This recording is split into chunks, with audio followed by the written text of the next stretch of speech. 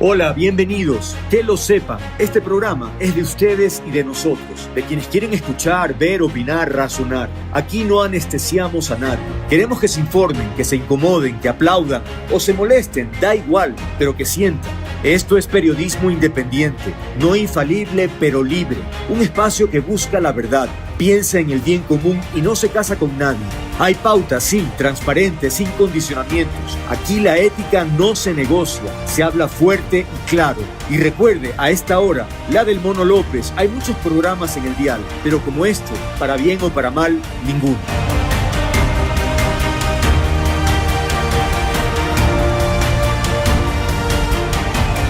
El Mono López. Bien, 17:32, amigas, amigos, continuamos nuestra agenda informativa. El día de ayer, para los periodistas, bueno, en general para todos los seres humanos, sin duda, porque es un elemento tremendamente importante para el desarrollo de la sociedad, pero sin duda, de manera particular, los periodistas conmemoramos la libertad de expresión, lo importante que significa ejercer ese derecho. Y he leído pues algunos informes en torno a lo que está sucediendo en el mundo. Lamentablemente las cifras demuestran que la situación está empeorando. Es decir, que si antes siempre ha sido un oficio peligroso, de riesgo, el ser periodista, hoy por hoy es más todavía. Y eso, insisto, las cifras lo avalan. Para hablar sobre este particular, reflexionar sobre el tema, hemos invitado, por favor, que pasen al estudio Isabela Ponce, ella es directora editorial del portal GK, y Dimitri Barreto, director de portal Primicias, a quien agradecemos a los dos pues para que se conecten y conversar sobre este tema que sin duda nos atañe tan de cerca a quienes hacemos comunicación, periodismo, en fin, ¿no? ¿Cuál sería la primera reflexión? Por cierto, estaba leyendo justamente de Primicias la información que sacaron, el detalle en términos internacionales sobre la situación de la libertad de prensa y no es halagüeña, sin duda, ¿no? Así que tal vez por ahí quisiera empezar, Dimitri, con el permiso de Isabela, empezando por lo que ustedes han publicado. ¿Qué lectura tiene frente a la situación que vivimos actualmente? ¿Es un denominador común? ¿Por qué? Bienvenido. Saludos Andrés, saludos Isabela, un gusto compartir con ustedes este panel. Sí, vemos que la situación de la libertad de prensa ha sufrido un retroceso a escala global. El último informe de Reporteros Sin Fronteras da cuenta que por primera vez más de la mitad de los países del mundo están en una situación de gravedad con respecto al ejercicio del periodismo independiente. Y uno de los indicadores que llama la atención tiene que ver con las muertes de periodistas registradas en el año 2025. Este informe documenta la información de 180 países y algo que nos ha llamado la atención es que Ecuador ha perdido 31 puestos en este informe. Uno de los factores que llama la atención o que digamos dentro de este termómetro se ha tomado en cuenta son las muertes de periodistas, como te decía. 60 periodistas murieron el año pasado en el Increíble. mundo y Ecuador ocupa el quinto lugar con muertes de periodistas en el 2025. Se registraron, según el informe de Reporteros Sin Fronteras, 3 muertes de periodistas.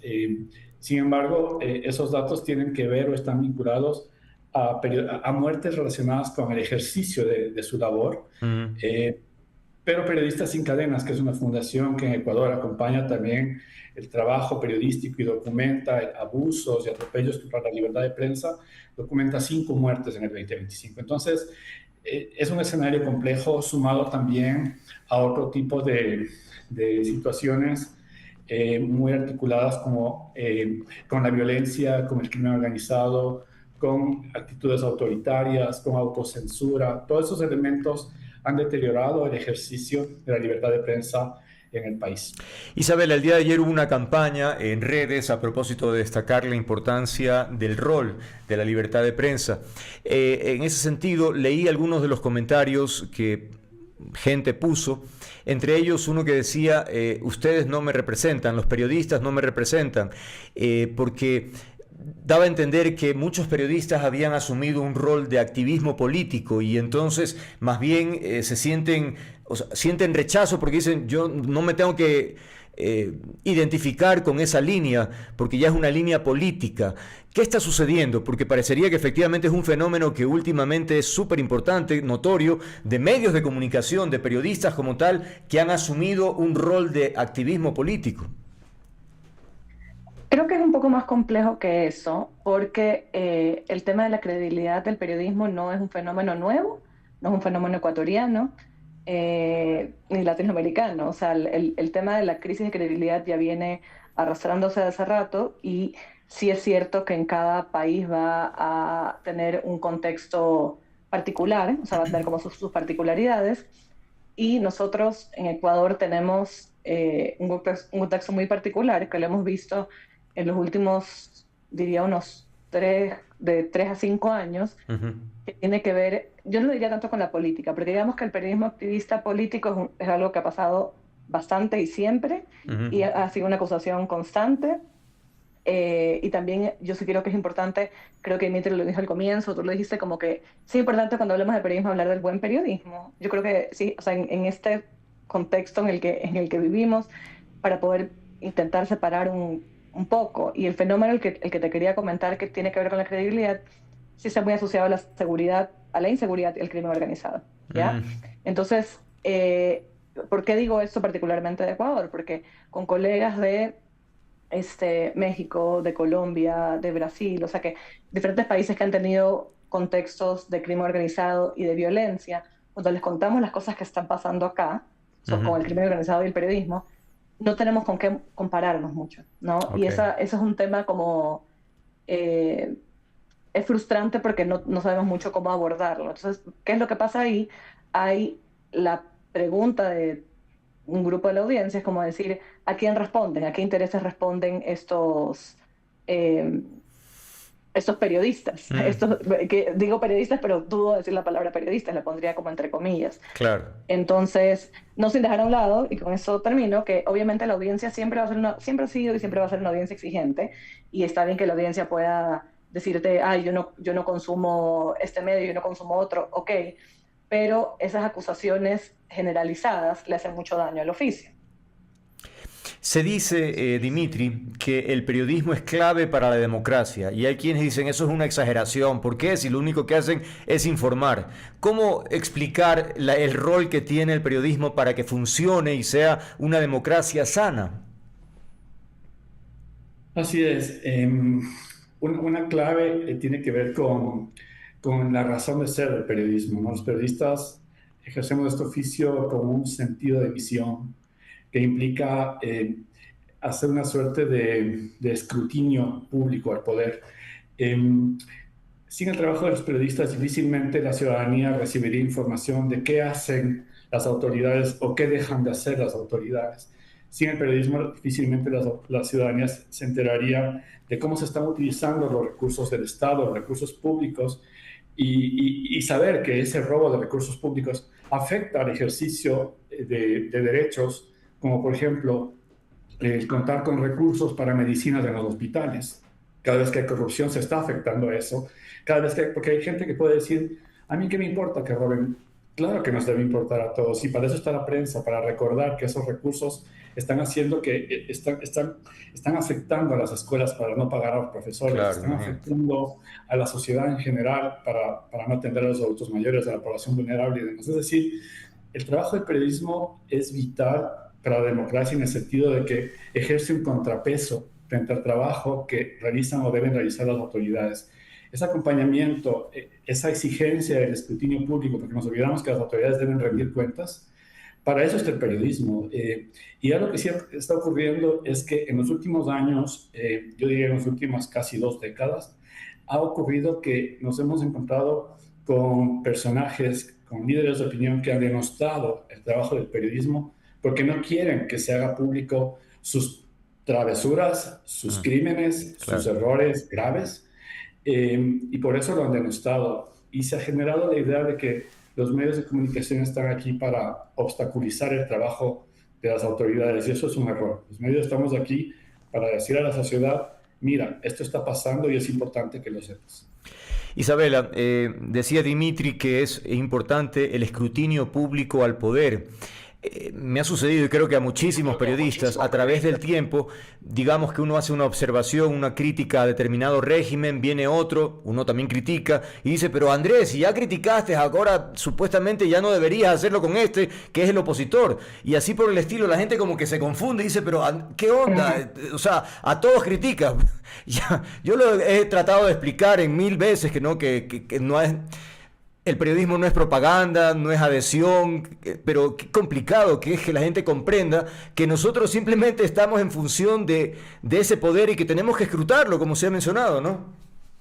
Claro, yo lo que primero que te diría es que cuando te critican de todos lados es que estás haciendo un buen trabajo a todos los medios, ¿no? Y eso a mí me parece, ahorita me reí, sonreí porque nos pasa todo el tiempo, Claro. porque la gente se confunde, porque precisamente es el contexto que tú decías hace un rato de político, ¿no? Como que ¿por qué sacas esto y no sacas lo de acá? ¿Por qué ni sé qué ni sé cuánto? ¿Por qué estás apoyando?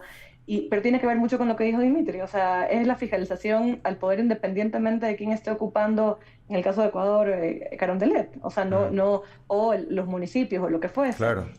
Y el tema es que, por ejemplo, si es que lo pensamos a nivel local, como para hablar un poco de la independencia y todo lo que nos enfrentamos porque como dijo Dimitri al comienzo, sí es un 3 de mayo como difícil, o sea, sí ha sido un año muy difícil. El año pasado están estos 5 asesinatos, están también los exilios, o sea, está también la desprotección que existe del Estado, o sea, hay tantos problemas, o sea, y es como que yo a veces converso con periodistas que tienen muchísimo más tiempo haciendo periodismo y me dicen, siempre ha habido problemas, y digo, sí, siempre ha habido, pero de repente tenemos estas como multi amenazas.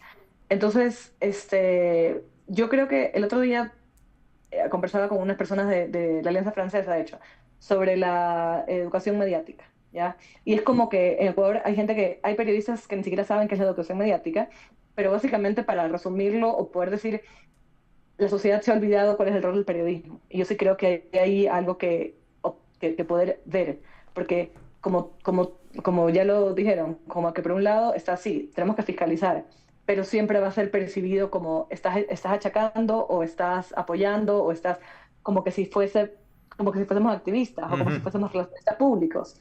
Entonces sí hay que intentar recuperar el rol, que la gente entienda cuál es el rol. Y yo sé que esto es parte de nuestro trabajo también, ¿no? No digo que tienen que saber. Siguiendo esa línea, Dimitri, de la incomodidad que los medios independientes generan en el poder, notamos que cada gobierno tiene su estilo, ¿no? Con el prófugo Correa, pues evidentemente había una exposición mediática muy fuerte para quienes hacían oposición o que pensaban diferente, ¿no? La cantidad de episodios donde se metía mano para decir qué es lo que tenía que escribir el periodista o la rectificación, en qué términos. Bueno, sería innumerable, ¿no? Insisto, cada gobierno tiene un estilo. Y el de ahora también tiene lo propio, sin duda, y diría, por ejemplo, para que tú desarrolles un poco más la idea, la dificultad que hay en la información, el acceso a la información o los datos que proporciona el gobierno, es decir, algo que desesperante o frustrante porque es que no hay material sobre el cual sopesar, debatir, porque es que todo es reservado, el silencio, es una cosa muy difícil, ¿no? Sí, mira, como decía Isabel y como dices tú, no es de ahora el hecho de que el periodismo le ha resultado incómodo al poder de turno, el que Claro. esté. Le va a seguir resultando incómodo a los siguientes huéspedes de Carondelet, en el caso de Ecuador. Y en torno a lo que tú planteas, pues sí, o sea, hemos visto pues que es un gobierno que algo que llama la atención es que ni siquiera le gusta dialogar, o sea, ni siquiera le gusta abrir las puertas para conversar. Mm, Vemos que, por ejemplo, es difícil acceder a entrevistas con el presidente de la República, o hemos visto que hay entrevistas en las cuales no se le hacen las preguntas que se le deberían haber planteado. Claro. Vemos, empezando por ahí, ¿no? Y de ahí eso cascadea, o sea, tú ves que ocurre algo muy similar en las diferentes carteras de Estado, es bastante difícil acceder a información directa.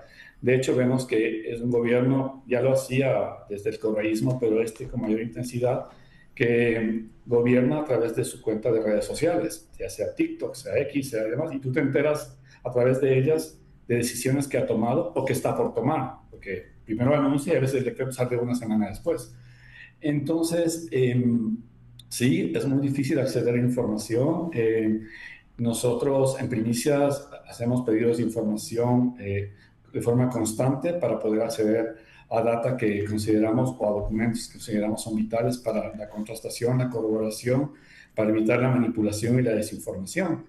Pero muy pocas veces recibimos respuestas de forma, por canales o por las oficinas, digamos, de las direcciones de comunicación. Lo que nos ha ocurrido, no en todos los ministerios, pero sí en algunos donde no nos han contestado nunca, es que hemos aplicado la herramienta del pedido de información a través de transparencia. Es una herramienta a través de la cual tú directamente solicitas información a las carteras de Estado y a veces ha ocurrido que recibimos respuestas, las publicamos y los departamentos de comunicación nos dicen, oigan, ¿quién les dio esa información? Es decir, ni siquiera están enterados y no conocen cómo funciona. Hay un tema también, yo diría, de profesionalización de actores. Es decir, es una serie de elementos que dan cuenta de cómo se están manejando desde los estamentos públicos, de la actual administración, del Ejecutivo, que dejan, digamos, muchos vacíos, muchos resquicios, y que obviamente al final del día eso implica que no accedas a información de forma oportuna, de forma completa, y lógicamente los afectadas, la ciudadanía, que tiene derecho a recibir información corroborada y no ser víctima de manipulaciones ni de desinformación. Yo les comparto mi experiencia de cómo acceder a una autoridad, ¿no? Experiencia frustrada, pero de todas maneras me gusta compartir porque he pasado por varias etapas. Algún momento, pues, la molestia, ¿no? de encontrarte un muro que inventa mil historias porque no puede el personaje por cualquier razón, ¿no? Y es una cosa que uno empieza a sentirse mal y dice, pero por favor, ¿hasta cuándo? Bueno. Pero finalmente con el tiempo ya sinceramente yo me divierto tratando de imaginar y finalmente a veces me sorprenden las historias que me crean para decir que no pueden. Entonces ya el tema de que está en territorio, le digo, oiga, pero en el territorio no hay internet. No, sí, pero es que se está moviendo, pero en el vehículo no será que puede estar un momento del teléfono o algo. Bueno, es una cosa así que efectivamente, insisto, a ratos me resulta motivante en términos de ver la creatividad de esta gente. Ahora, Isabela, también otro tema que no es nuevo, por supuesto, pero que hoy por hoy parecería tener mucha más fuerza que antes, tiene que ver con la desinformación. Y no solo me refiero a los portales estos que hoy se crean, se compran y están en función de uno u otro, sino también incluso de las declaraciones de las propias autoridades. Los portales de verificación nos demuestran que el propio presidente y su gabinete mienten con frecuencia, o dan información engañosa, imprecisa, inverificable. Entonces, y nadie responde, nadie rectifica, a pesar de que se demuestra que lo que dicen no es correcto. ¿Frente a qué nos encontramos entonces? Como dijiste, tampoco es un tema nuevo, y algo que dijo Dimitri me llamó la atención cuando dijo lo de las redes sociales, porque yo me acuerdo que el año pasado, cuando estaba en campaña, le hicieron una entrevista al presidente y a su esposa, y le preguntaron por qué él no daba entrevistas, y él dijo, ¿para qué voy a dar entrevistas si todo yo lo cuento en TikTok? Y cuando yo llego a tal lugar, ya conocen el plan tal que voy a hacer porque ya se informaron. Y es como que, amigos, o sea, no están reconociendo el rol de los medios, ¿me entiendes? Claro. Como que ese tema, y por ahí pasa también ese tema de la desinformación. Yo tendría cuidado en llamarle desinformación a los discursos falsos. O sea, sé que puede ser una línea medio delgada, ¿ya? Porque la desinformación sabemos que también es una industria gigantesca, millonaria, y que no solamente es, o sea, y que es mundial y transnacional, y no solamente política, ¿no? En salud, o sea, en todo lo que Claro. existe. O sea, como que entendamos la desinformación como este gigante enemigo de la democracia. Lo otro que tú dices, yo sí lo veo como un fenómeno súper preocupante, porque es como aprovecharse un poco de lo que ya veníamos hablando de la falta de credibilidad de los medios, y esa idea de decir yo le hablo directo al pueblo, hago como entre comillas, de como que yo digo, esto es lo que yo digo, entonces esto, ¿por qué va a ser cuestionado? Y también, juntándolo con todo lo que hemos hablado, si es que tienes un aparataje estatal y tantos cada vez más medios a favor del gobierno, por diferentes razones, eh, tienes ese discurso multiplicado. Entonces se replica y obviamente la gente va a ver esa cifra que digamos que puede ser mentira y son pocos los medios que la van a cuestionar. Y no hablo solamente de los medios de verificación, sino los medios que luego van a hacer algún reportaje o van a seguir la pista o lo que sea. Pero no hay, imagínense si hay tanta información y desinformación, para el lector también es muy confuso, pues. O sea, y quién, o sea, ¿quién quiere reconocer que un gobierno le está mintiendo constantemente? ¿Me explico? O sea, también es una cosa filosófica bastante dolorosa de decir, claro, yo por qué voy a hacer todo el tiempo pensando que lo que me está diciendo no es verdad. Entonces, a mí sí me parece que es una herramienta política súper peligrosa.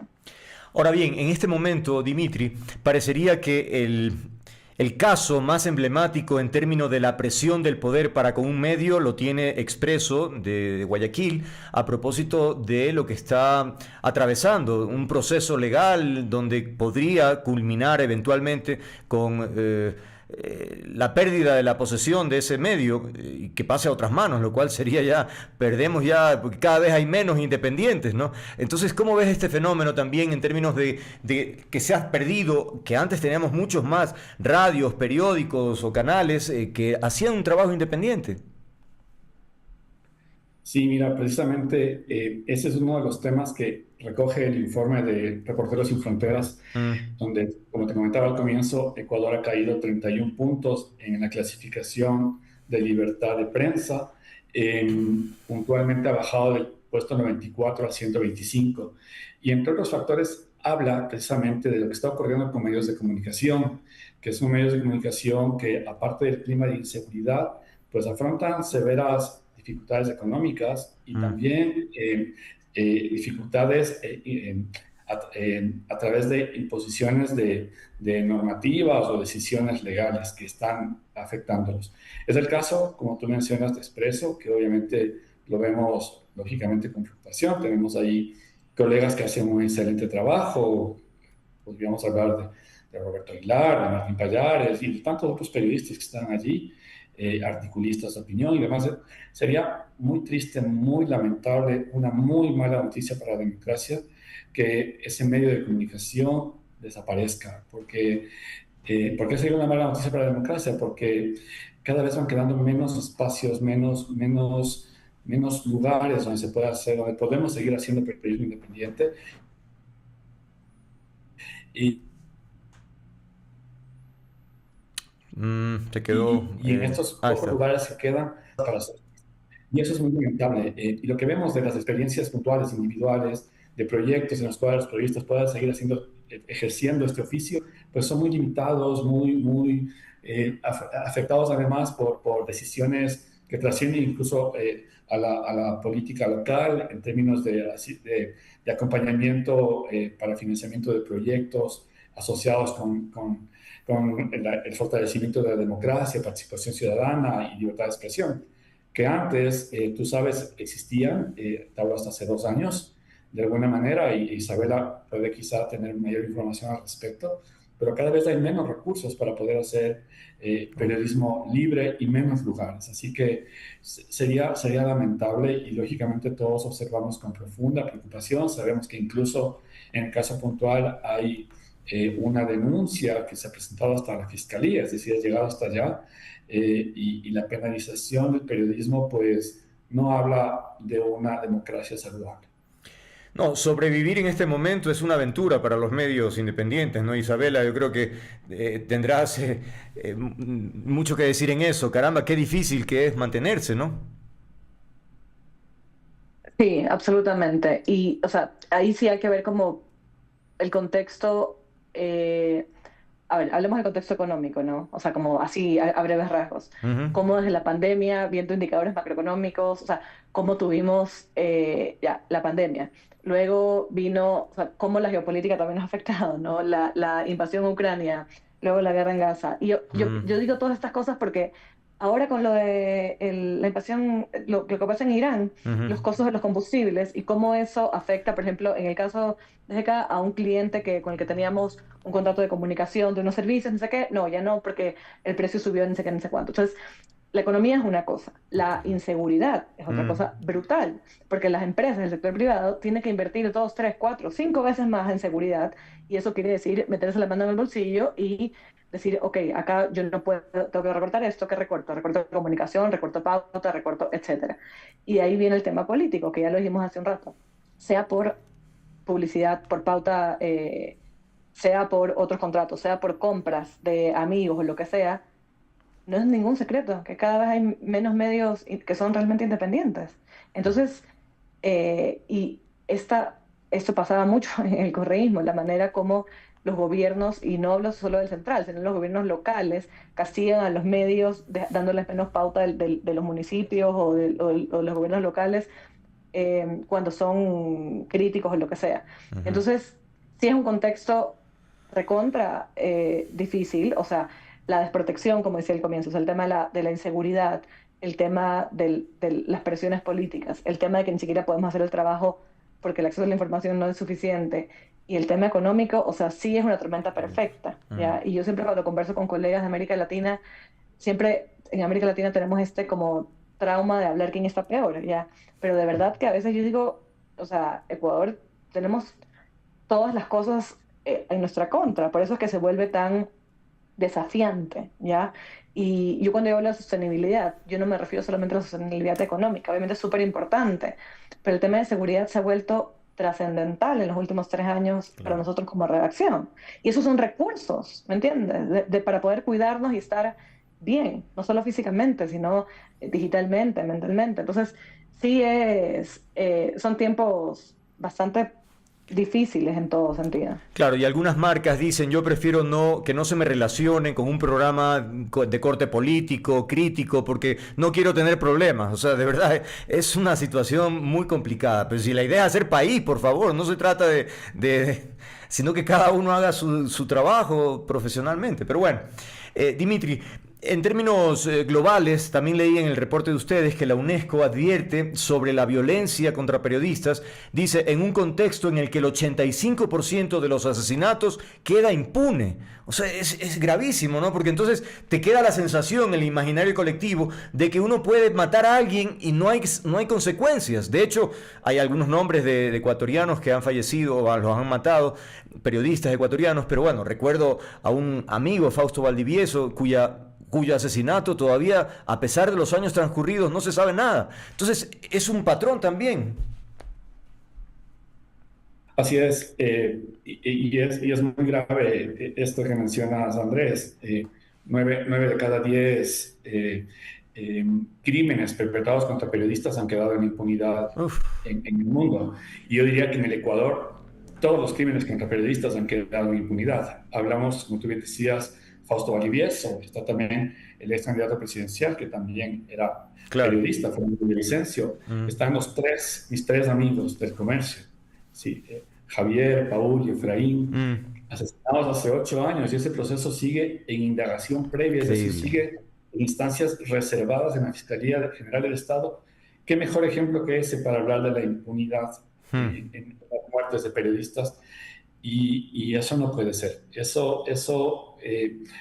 Cuando tú hablas con colegas de otros países y demás, la verdad, creo que es el indicador más lacerante de la situación de la libertad de prensa en nuestro país. Que ujú, los crímenes perpetrados contra periodistas no se investiguen y ninguna autoridad se inmute por ello. ujú. Isabela, alguien puede decir, bueno, con tantos riesgos, con tantas dificultades, con tantos problemas de todo tipo, económico, social, político, en fin, lo que sea, ¿por qué se insiste? ¿Cuáles son las realizaciones que tiene este oficio? O sea, muchísimas. Y yo creo que eso es lo que en mi caso me mantiene, porque o sea, pensemos en fiscalizaciones, pensemos en cosas un poco más grandes, como fiscalizaciones, investigaciones que hacen que la fiscalía abra a su vez una investigación, Mm, que víctimas de violencia sexual o víctimas de algún tipo vean justicia, ¿ya? O sea, eso yo creo que no debemos olvidarnos, ¿no? Nosotros en GICA tenemos una manera de medir el impacto social también, y eso es lo que creo que nos mantiene no solamente vivas, sino como motivadas. Y yo creo que el contexto, este contexto tan difícil también, un poco lo que decía Dimitri, como la fiscalización. Ayer veía por el Día de la Libertad de Prensa estos videos, hay uno de Reporteros Sin Fronteras que decía, la libertad de prensa es el derecho que permite que tú conozcas si se están cumpliendo los otros derechos, ¿ya? O sea, porque Claro, nosotros estamos reportándolo y pudiendo fiscalizar, y eso me pareció muy bueno, porque es como, estaba diciendo como que es el primer derecho que debe ser garantizado para que los otros se garanticen. claro, claro. Entonces, vi un película documental hace unas 2 semanas, eh, se llama 2073, como del 2073, y es desolador, voy a ver si estoy segurísima que es la fecha, es desolador, sí, 2073, porque, o sea, tiene partes de ficción, pero te muestra cómo está el mundo, y la mayoría de entrevistados son periodistas, y realmente la situación en el mundo es muy compleja, pero todos comparten esta resiliencia de querer, aunque suene mundo con hitos, pero sí intentar que el mundo tenga un contrapeso.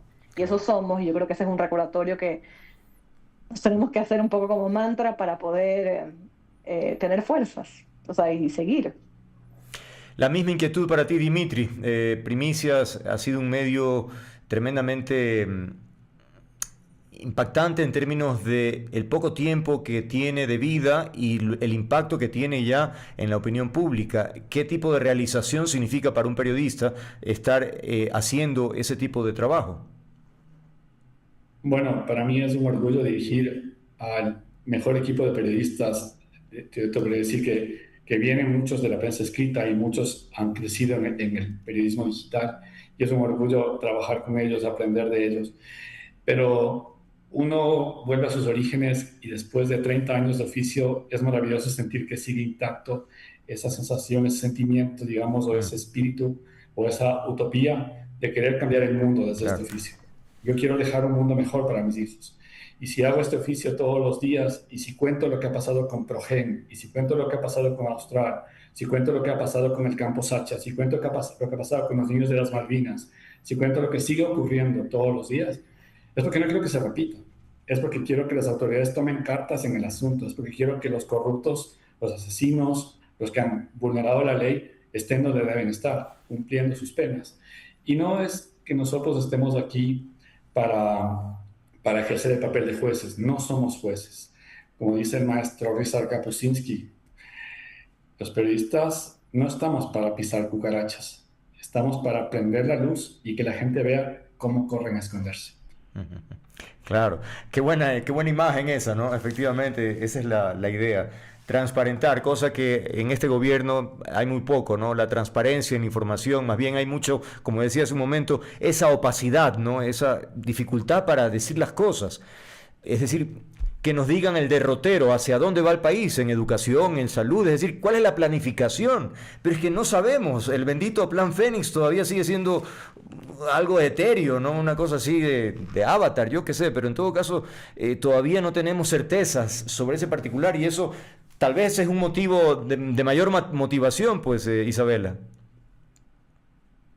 Sí, claro, yo suscribo las palabras que dijo Dimitri, o sea, sé que a veces, o sea, lo que pasa es que sigue siendo un oficio que si no tienes vocación, no No, lo hagas. O claro. sea, como que creo que aquí los tres estamos de acuerdo, y también yo creo que todos estos obstáculos también se vuelven como motivaciones, ¿me entiendes? Como que sí Claro. se vuelven, sí somos, claramente somos como necios, o sea, tenemos que tener algunas características ahí medio para analizar de por qué, y más aún quienes llevan muchísimo tiempo. Pero yo creo que es, como dice Dimitri, como que este rol en la sociedad, vean el documental que les digo, porque es como que te da como una sensación de, y no es de periodismo, pero sí es como que sobre el mundo y sobre lo que podemos hacer. Y a veces yo pienso, si no, o sea, ¿qué va a pasar? Ahorita que Dimitri, o sea, cuando mencionaron el Expreso, a mí me da vértigo pensar en eso. O sea, pensar en un medio menos como el Expreso, o pensar en cómo se puede ir mermando el ecosistema, cómo es lo que está pasando por diferentes razones políticas, económicas, de seguridad. Del tema de seguridad no hablamos casi nada, pero hay muchos desiertos informativos en el país porque no se puede informar porque los periodistas están amenazados a muerte. Mm, ujú, ujú.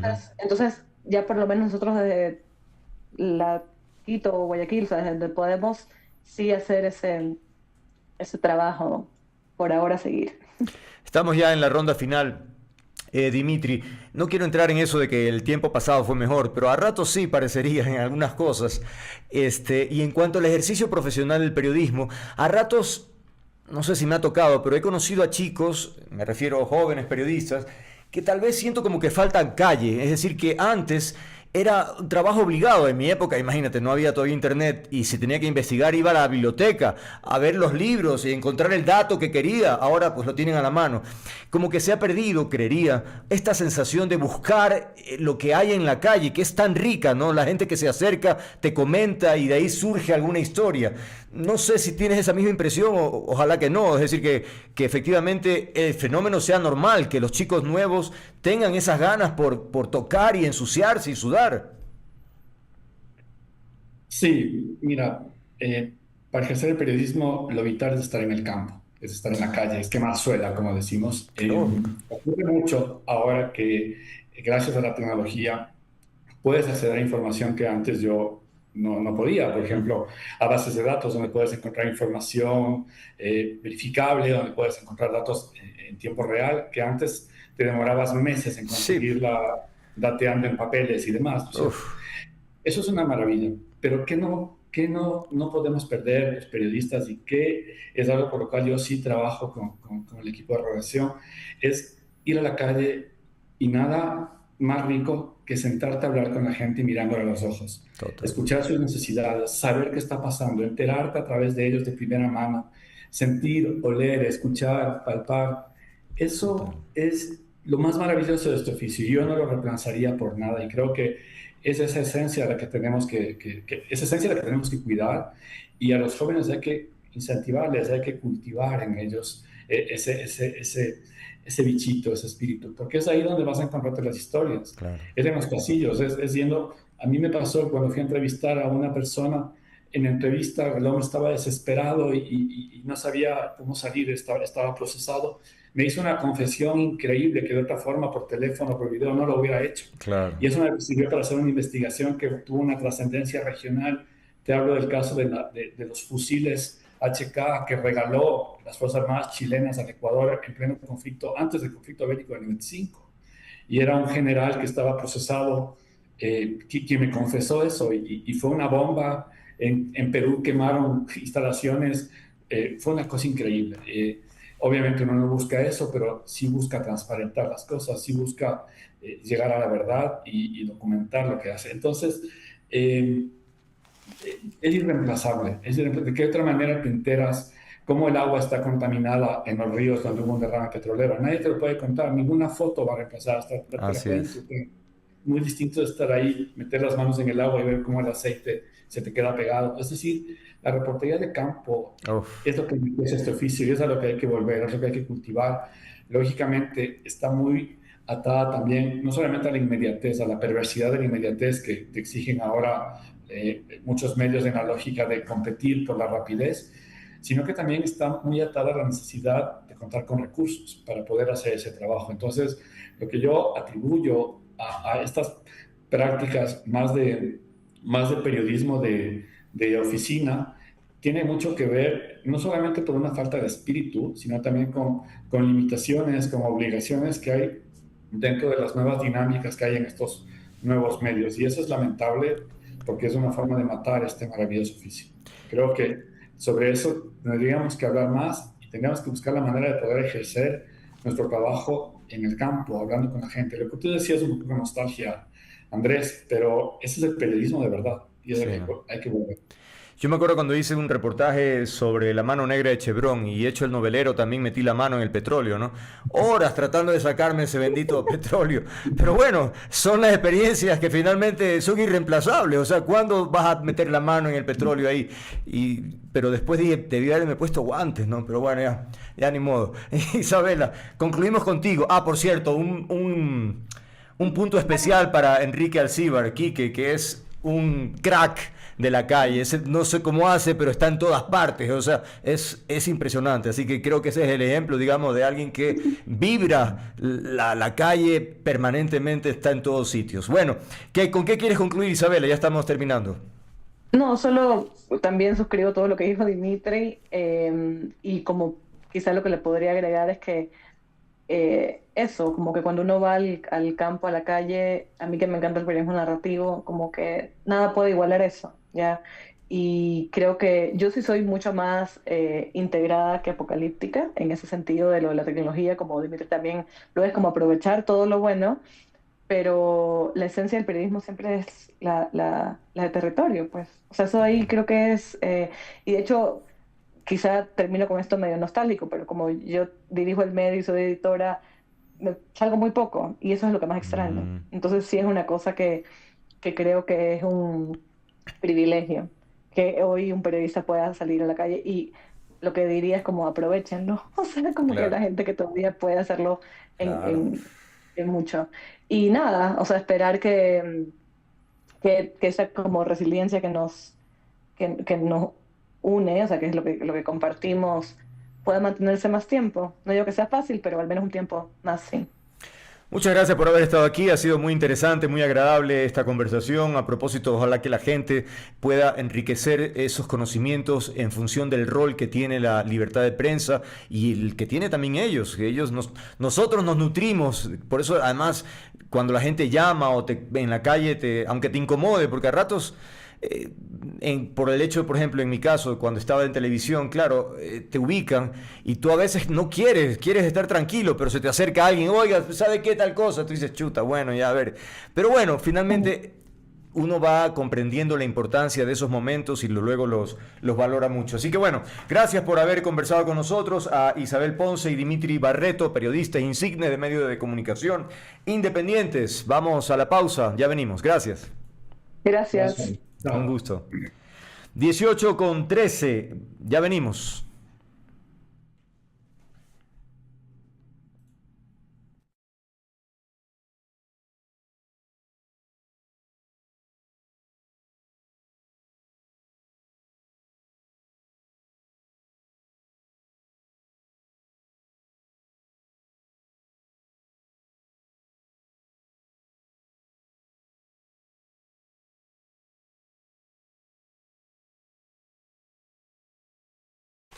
Bien, continuamos. Ya se me acabó el cuaderno.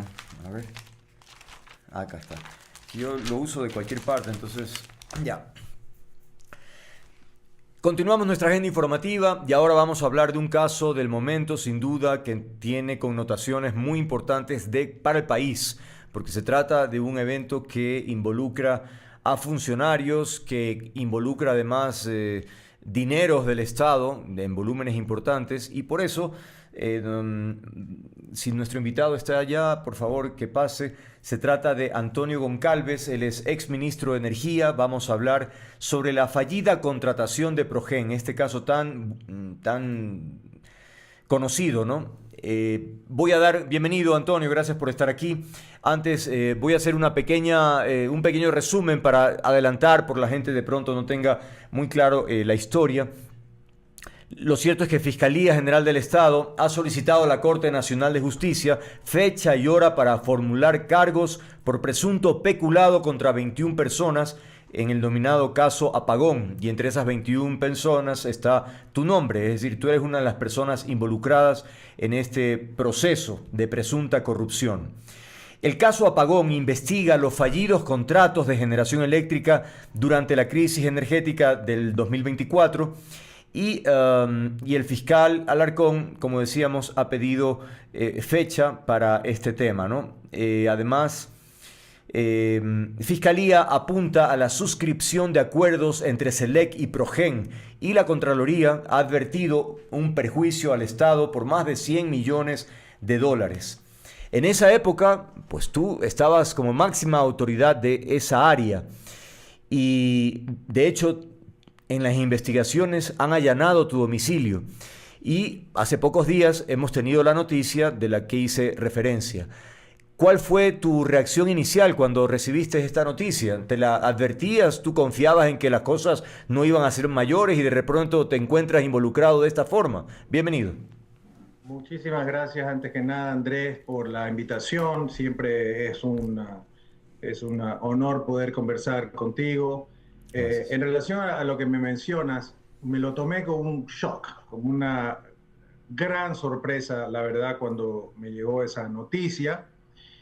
No solamente por el hecho de que soy inocente, sino que porque durante los 10 meses de la investigación, después de 25.000 páginas, de más de 50 testimonios, de 3 informes de Contraloría, no se menciona mi nombre absolutamente para nada.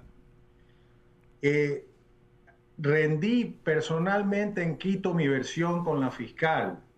Puse a disposición toda mi información financiera.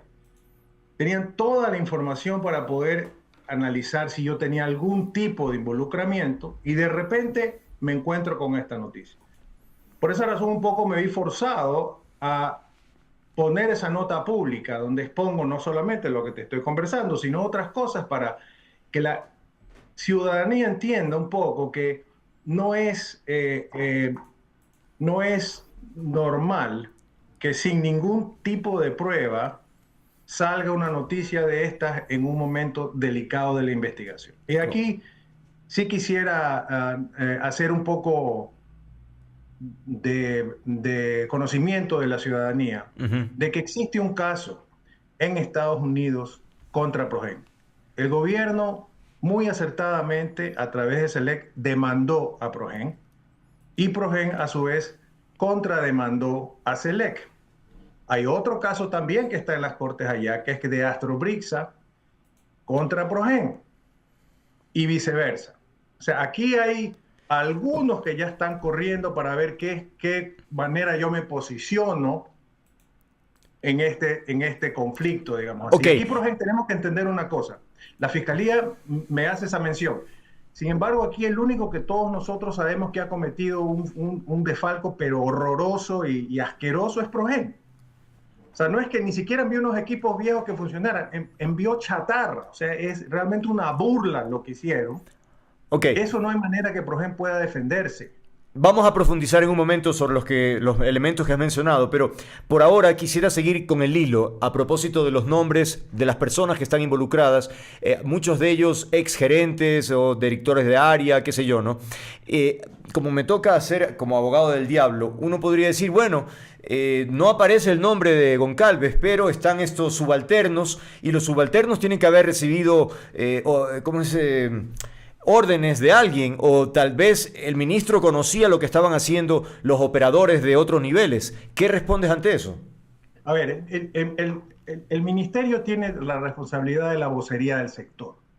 Obviamente que yo estaba pidiendo información de cómo iban los procesos. Recuerda, Andrés, que estábamos en una situación gravísima de cortes de 14 horas, con incendios de la sequía que había hasta incendios en la Sierra Central. Entonces la necesidad, el apuro de tener una salida a eso sí estaba ahí, por lo tanto sí pedíamos semanalmente cómo vamos con los procesos, no específicamente el de Progen, todo el de Progen, todos los procesos del llamado bloque 1. Durante mi tiempo incluso preparamos el bloque 2, porque también estaba la Barcaza, también estaba Esmeraldas, hay distintos procesos que estamos solicitando en reuniones con la gerencia de SELEC, algunas donde estaba Fabián Calero, donde estaban otros representantes de SELEC, para que nos informen, para nosotros poder responder casualmente a los periodistas, un poco a la ciudadanía. Recordemos que SELEC es una empresa pública independiente, con su propio gerente, con su propio jurídico, con su propio equipo técnico. Son por constitución, los dueños de los equipos de transmisión y generación. Son ellos. Evidentemente, ellos son los responsables pues de la preparación de todo esto. Pero sí había esa información. ¿Cuál es el nivel? Ya me estás diciendo que son súper independientes, pero ¿no hay algún momento en que te rindan cuentas o que compartan contigo alguna cosa? Es decir, son el mismo bloque. A ver, nosotros sí pedíamos información para poder contar. ¿Saben qué? En tantos meses contamos con esta energía. Ya. Teníamos que saber Claro. que efectivamente estaban haciendo el trabajo para nosotros poder responder. Porque la pregunta de la ciudadanía es ¿cuándo se me van los cortes? Y para poder responder técnicamente, entre la información que nos daba SENASA y la información que nos daba SELEC, llegábamos a un punto donde teníamos esa respuesta. Entonces, ese era el tipo de información que recibíamos para nosotros poder dar. Ahora, no podemos, nosotros como ministerio, no nos podemos meter en un concurso. Eso yo quisiera dejar aquí el morbo político y general de la gente alrededor del tema desvía un poquito la atención a que no nos estamos fijando en cuál es el vínculo constante, cuál es la constante que estuvo a través del tiempo, todo este periodo entre hacer la invitación, escoger y recibir equipos. Los equipos recién llegaron en marzo del 25. Entonces, ¿quién nomás estuvo todo ahí? ¿Quién recibió y dijo esto está bien? ¿Quién fue? SELEC. O sea, obviamente ahí tenemos a una institución que yo sí insisto con este tema de buscar un poco de atención pública, desvía realmente a la investigación de encontrar a los verdaderos culpables. Es por eso, Andrés, que yo he solicitado directamente a la Fiscalía que haga la trazabilidad de los fondos, que solicite. Adicionalmente, yo he solicitado, y aquí te puedo enseñar, al FBI y al FinCEN, aquí está, que haga la trazabilidad de los fondos. Aquí está. ¿Tú estás solicitando eso? Sí, yo lo estoy solicitando. Y evidentemente, obviamente, a Fiscalía también. ¿Por qué? ¿Cuántas veces Estados Unidos no ha desmantelado esquemas gracias a estas leyes que permiten ver la trazabilidad final de los fondos? Es decir, el que recibió el pago de la cuenta de Progen tiene que decir en qué usó esos fondos. Tiene que especificarlo, ¿ya? Para poder nosotros encontrar a dónde es que está aquel que recibió Ahora, entre los nombres que posiblemente puedan tener alguna responsabilidad importante y directa, sin duda uno de los nombres claves es Fabián Calero, ¿no? Porque además tenía esta familiar directa, Carla Saúd Calero, accionista de esta empresa que tú hacías referencia hace un momento, Astrobrixa. Y entonces, por ejemplo, yo quisiera saber, ¿tú presumías que había alguna... O sea, ¿es normal que haya ese tipo de relación familiar? Yo presumo que no. No saltaron las alarmas sobre este personaje Calero, Andrés, que ya tenía sus historias. Muchas gracias por la pregunta. Yo tengo que ser muy sincero y muy honesto. Primero que nada, mi entendimiento es que Fabián Calero y Carla Saúd no son familiares. Ya ha habido una representación de parte de esto. El de registro civil ya indicó que no son familiares. Eso es lo que yo entiendo. Segundo, yo nunca conocí a la señora, nunca me entrevisté con ningún personero de Progen, porque cuando ya yo asumí, ya había sido elegido este contratista, ya estaba ya SELEC negociando para firmar el contrato. Okay. Yo estaba más preocupado en salir de la crisis como gobierno, todos estábamos todos los días buscando una salida para evitar esos cortes. Entonces no los conocí.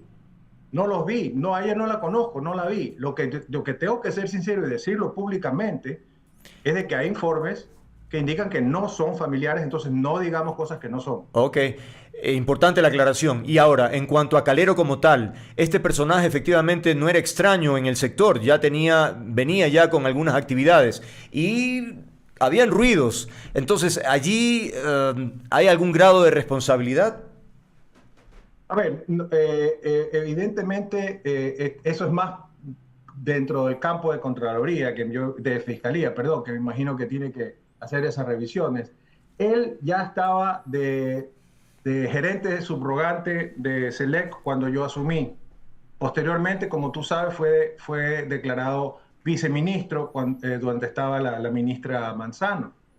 Entonces, es una persona que técnicamente hablando tenía un resumen de maravilla, diría yo, para el cargo. Sí, pero sí escuchaba ruidos, pero en ese momento no estaba bajo la potestad, digamos, de tomar ese tipo de decisiones personal, ¿no? Con un gerente subrogante, a menos que tienes algún tipo de dato real, ¿no? Que puedas actuar. Ahora bien, tú ya lo has dicho, el comunicado es público, sin embargo voy a insistir en lo que tú mencionas, que no interveniste en ninguna de las etapas de los contratos con Progen, que no impartiste instrucciones para favorecer a ninguna empresa, no solicitaste la contratación de un proveedor específico, no negociaste condiciones contractuales. Entonces uno dice, pero a ver, ¿y entonces de dónde sale la vinculación? Y uno tiene que ir un poco atrás, porque tu salida del gobierno también fue un poco sorpresiva, ¿no? Tenías 3 meses en el cargo, tú parecería que tenías una línea clara, tal vez no empató con la línea del momento del gobierno y eso generó alguna fricción. Y ahí quedó, bueno, pues se quedaron los palitos y la relación no quedó tan buena, no sé, algo por ahí puede ir, o ¿cuál es la interpretación? No, a ver, era un trabajo, una presión bárbara, ¿ya? Y en ese momento yo sentí que tal vez el equipo, el gobierno podía necesitar una persona que esté más alineado a ese tipo de emergencias, tal vez en comunicacional, o tal vez yo era un perfil demasiado técnico. Ok. Porque o más que nada ejecutivo. Entonces yo pensé que llegó el momento de mejor hacerme un lado. Pero en realidad no creo que es importante que esa misma aseveración puede hacerlo los otros ministros que estuvieron durante este periodo. Pero hay un solo hilo conductor, de nuevo, repito, hay un solo hilo conductor y eso es lo que hay que buscar. Y para mí, la trazabilidad del dinero, lo que está pasando ahora con Progen y el caso que está pasando en Florida, es lo que nos va a decir quién realmente estuvo Claro. atrás. Aquí hay un interés oscuro, Andrés. Aquí hay un interés oscuro que trabaja en nuestro país con los mandos medios de estas empresas, que espera cuando hay un momento como este para ver cómo hago mi chanchullo.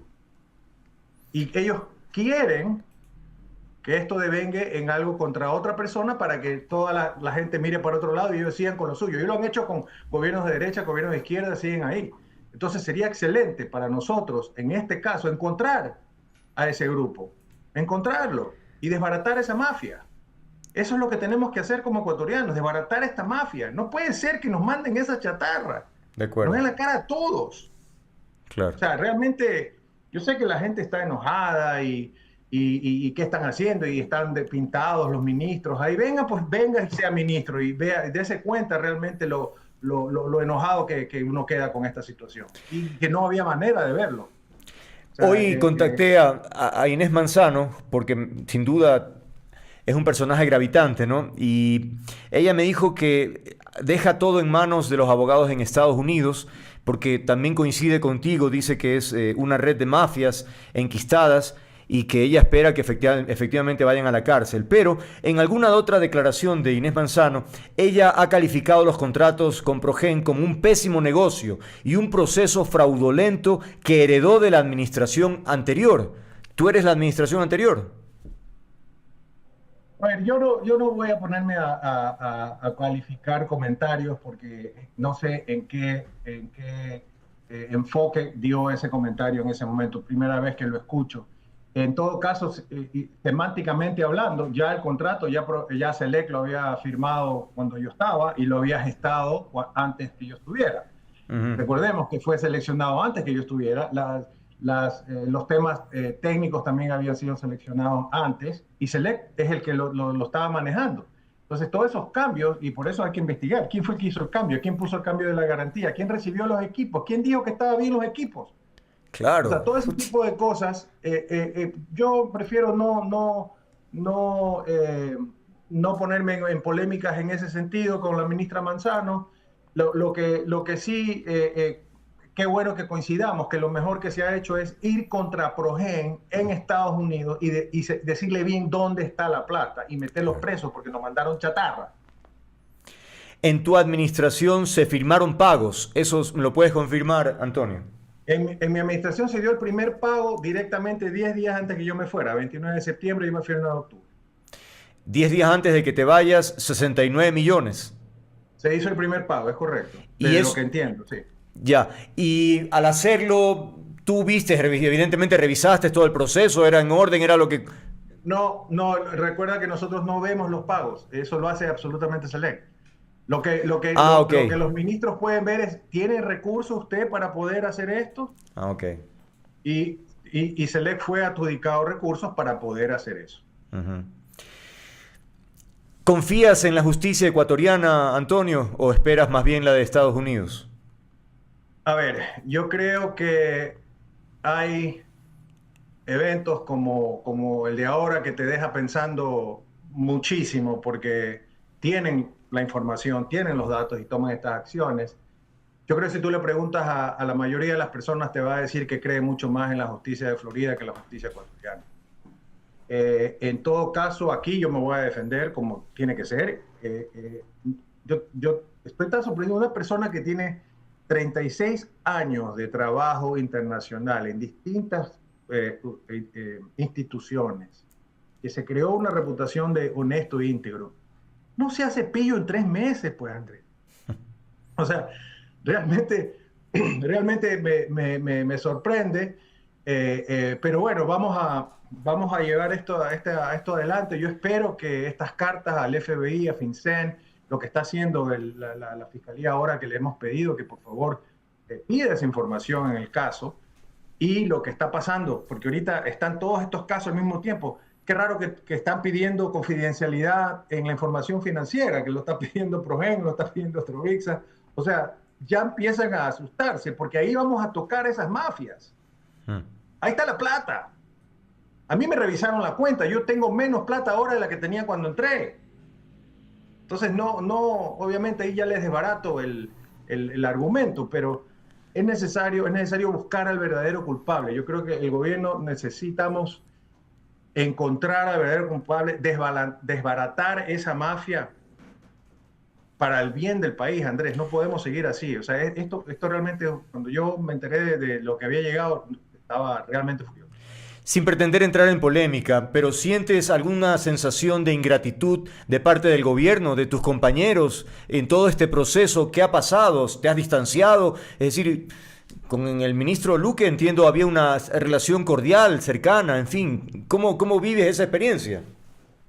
A ver, sí, efectivamente, yo entré con Roberto y trabajé con él, y la verdad que después de mi salida, pues no hemos mantenido así una relación contactos constante, porque él es una persona que ha estado pues, muy ocupado y, como tú sabes, al frente de un pocotón de iniciativas y temas políticos. Me da un poco de pena para otras personas que estén pensando en tomar la vida pública, porque en mi caso yo estaba ayudando. O sea, realmente yo quería ayudar. Yo sé que hay periodistas que van a decir, ay, sí, qué buena gente, se está sacrificando por el país. Pero sí, la verdad que sí, porque el salario de gobierno no es que es... te cambia la vida, claro. Y no vale la pena realmente por esa razón.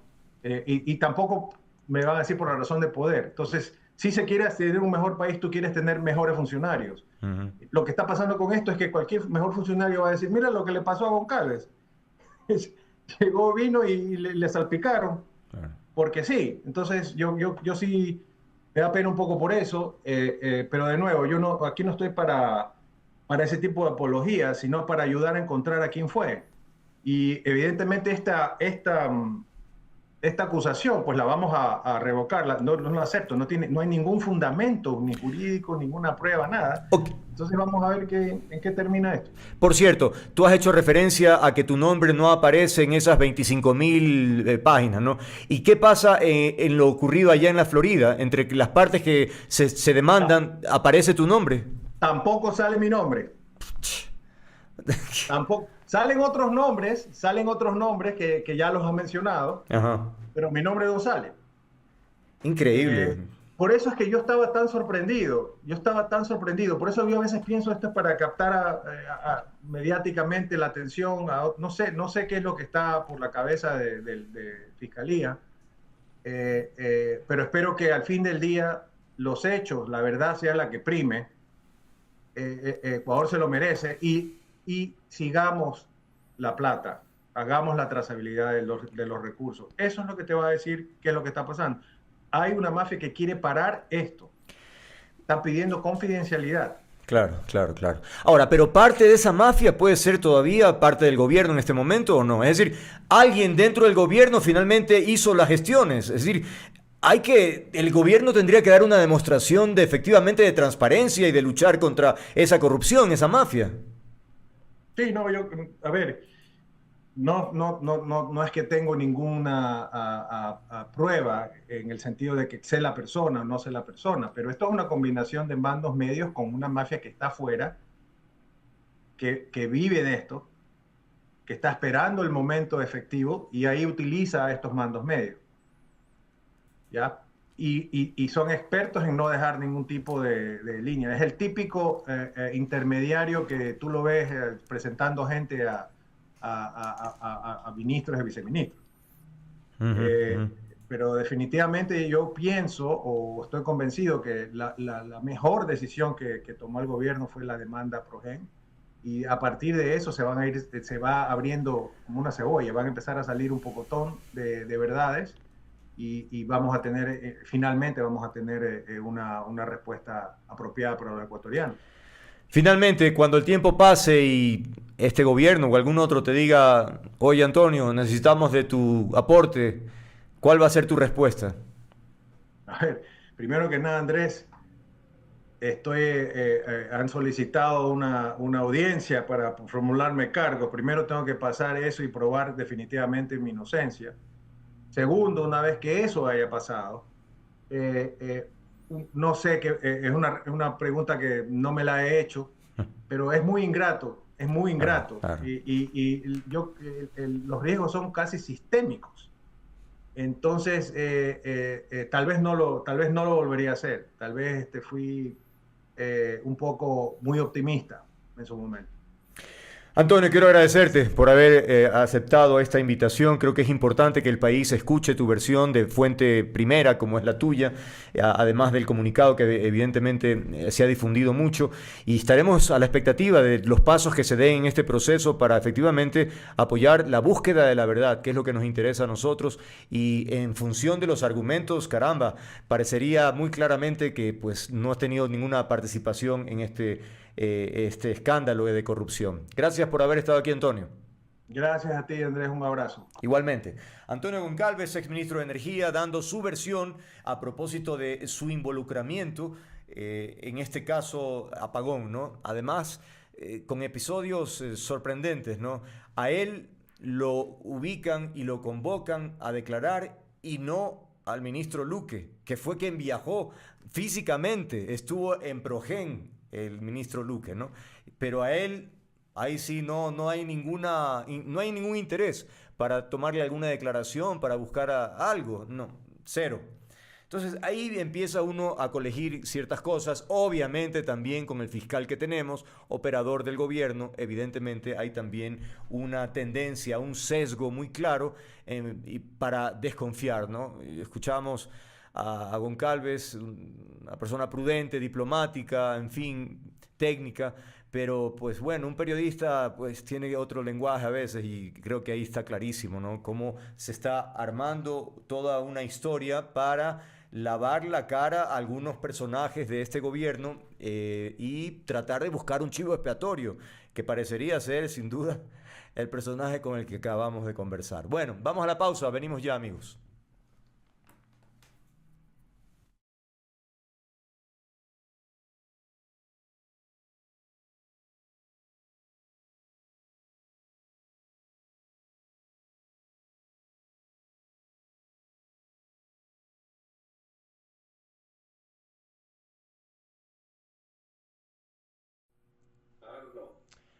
Bien, continuamos nuestra agenda informativa cuando son las 18 de la tarde.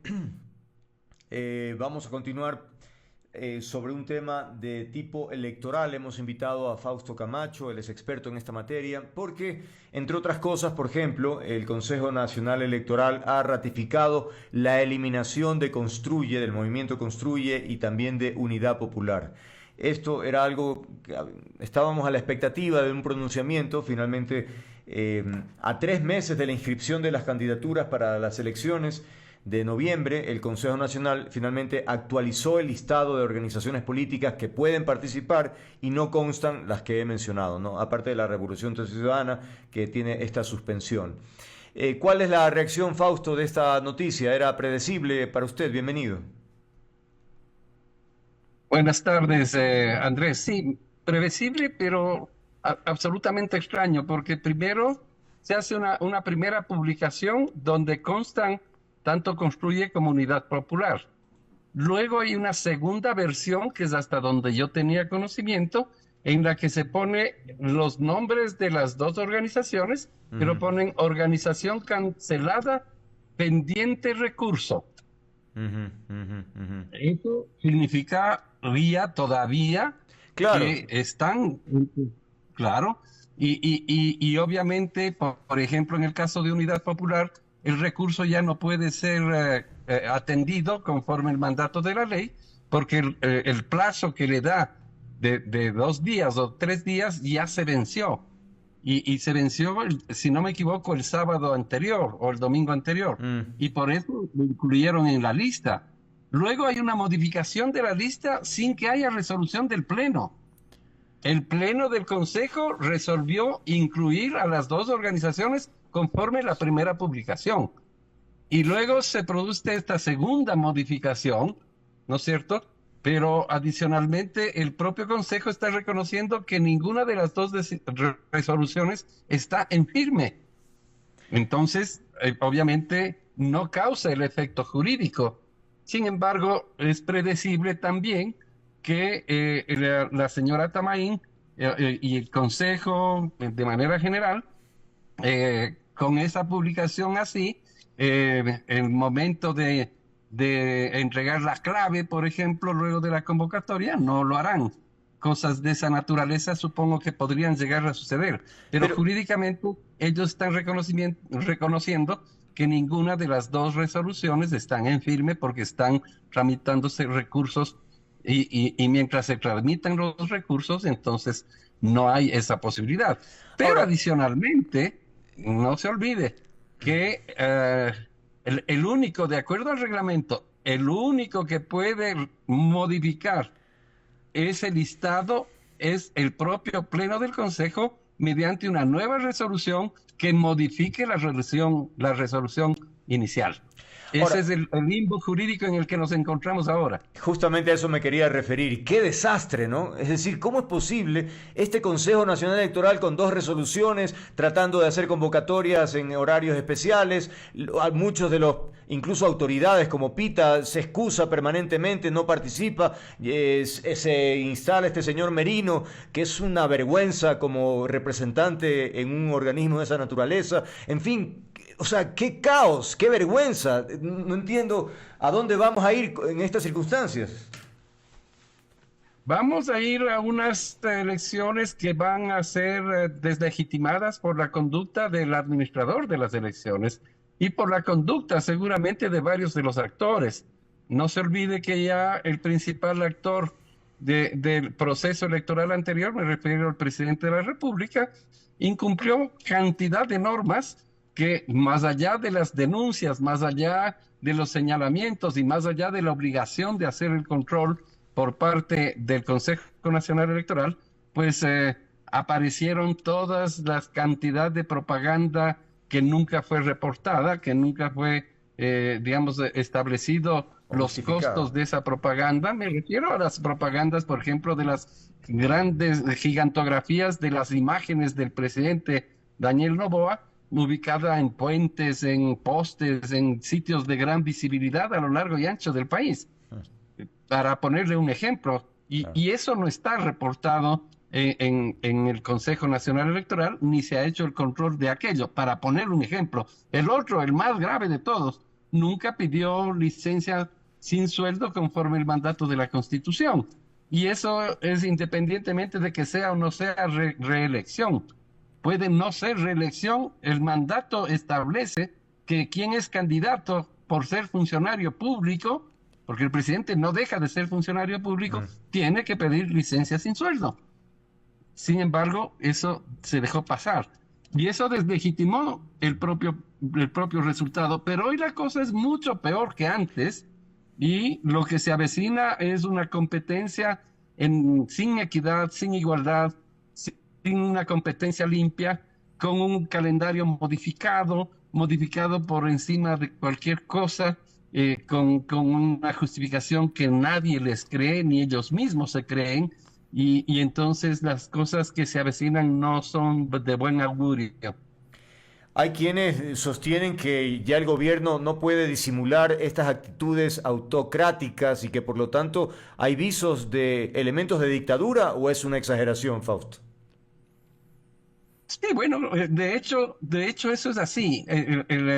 Yo he señalado que toda la agenda que ha ido cumpliendo el Consejo Nacional Electoral no es una agenda propia, es una agenda de operadores políticos que hacen la gestión para la agenda del presidente Daniel Noboa. Y lamentablemente esto es así. Y entonces lo que se avecina es ya, no lo que se avecina, hoy ya. Vivimos un estado de autocracia que es una forma disfrazada de dictadura, o es una dictadura disfrazada de un régimen democrático. ¿Por qué? Porque no hay independencia entre las funciones, porque no hay, hablando del proceso electoral, no hay igualdad en la competencia, no es una competencia limpia, es una competencia donde se cambian las reglas del juego en medio del transcurso, no se cumplen las normas. Eso solo se expresa en una dictadura, para ponerle los ejemplos, como la de Maduro, como la de Daniel Ortega, como la de Bukele, que también hicieron todo lo posible por limpiar la papeleta, por eliminar a la oposición, hablando de dictaduras del hemisferio, y otros gobiernos de esa naturaleza existen a lo largo y ancho del planeta, donde la crisis democrática hace que el número de países que tienen regímenes calificados como de una democracia saludable cada vez es menor, mucho menor del 50% de quienes dicen tener regímenes democráticos, ¿no?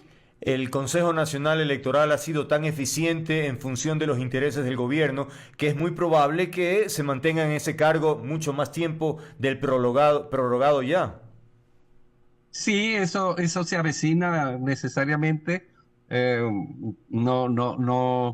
No hay voluntad política en el Consejo de Participación Ciudadana y Control Social, claro, para que ello suceda. Y obviamente eso responde también a una agenda del propio gobierno. Es decir, nuevamente, independencia de la función electoral no existe, independencia de la función de transparencia y control social no existe, independencia de la función judicial no existe, pero no existe en función de una agenda que finalmente termina beneficiando a los intereses del partido de gobierno. Es decir, se configura claramente lo que usted bien decía, y no solo tú, Andrés, sino otras personas coincidimos que se esboza una dictadura en el ejercicio del poder ejecutivo en el país. Pero y ya no hay ni siquiera pudor, ¿no? Es decir, Atamaín y Merino dicen lo que quieran decir o lo que tienen que decir con una tranquilidad. Es decir, estamos en un escenario poco usual, ¿no? Porque incluso en épocas difíciles como el prófugo Correa, pues tal vez, bueno, no, también me acuerdo cómo era la Corte Constitucional en esa época, ¿no? Caramba, pero vamos que se está superando, ¿no? Este gobierno en ciertas actitudes. De hecho, creo que sí, pero adicionalmente hay algo que también hay diferencia, y es la desatención a las necesidades básicas de la población ecuatoriana. Los niveles de desatención en educación, en salud, en todo lo que significa inclusión social, en trabajo, en derechos laborales, en derechos de las mujeres, en fin, de los grupos minoritarios, no fueron afectados nunca en los niveles que hoy están siendo afectados en el pasado. Y no con eso quiero decir que vivíamos fuera de un régimen con características autoritarias, como fue los regímenes de Correa, básicamente en la última etapa, ¿no? Sí, sí, no, coincido sin duda. Porque claro, la parte económica en esa época era de bonanza, o al menos eso se sentía, ¿no? Y ahí hay una diferencia. Y como mencionas, hoy por hoy la situación de la salud es una cosa gravísima, ¿no? O de seguridad, en Pero no fin. solo es la salud, Claro. es la salud, es la educación, es el trabajo, los derechos laborales, los derechos de las personas, la economía. No es verdad que la economía esté recompuesta. Que el riesgo país está mucho más bajo, sí, cierto es eso, pero eso no significa una economía en buenas condiciones, eso significa un país que tiene posibilidad de volver a pedir préstamos, porque para lo único que sirve el riesgo Claro. país bajo es para tener acceso a los créditos Ujú.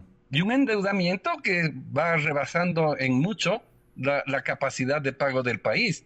Entonces, las cosas no pintan para nada bien en todos los ámbitos, ni en el electoral, ni en el resto de la administración del sector público. La crisis es más allá del electoral. Pero bueno, siendo el tema que nos ocupa el electoral, nunca, jamás en el pasado hemos tenido una administración de un proceso electoral y del sistema de partidos políticos tan caótico, tan deslegitimado. De hecho, debe ser, estoy seguro, que debe ser la institución pública con menor nivel de credibilidad en la ciudadanía, la función electoral en su conjunto y particularmente el Consejo Nacional Electoral. Finalmente, Fausto, tú decías en una entrevista a un medio de comunicación, El Expreso creo que era, ¿no? Sí, que el pueblo finalmente expresará en las elecciones su malestar o su rechazo, lo que fuese.